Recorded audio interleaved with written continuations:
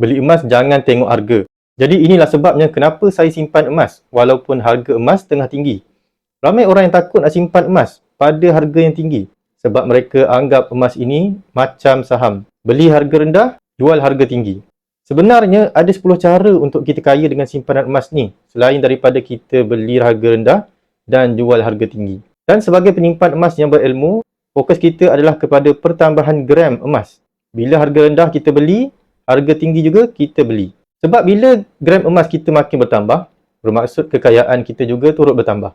Ada orang yang simpan emas, bila harga emas turun dia takut, harga emas naik pun dia takut.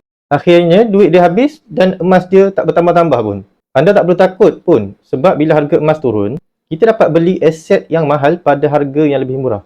Dan bila harga emas naik balik, kita tahu yang aset emas kita ni dah meningkat nilai dia untuk jangka masa panjang.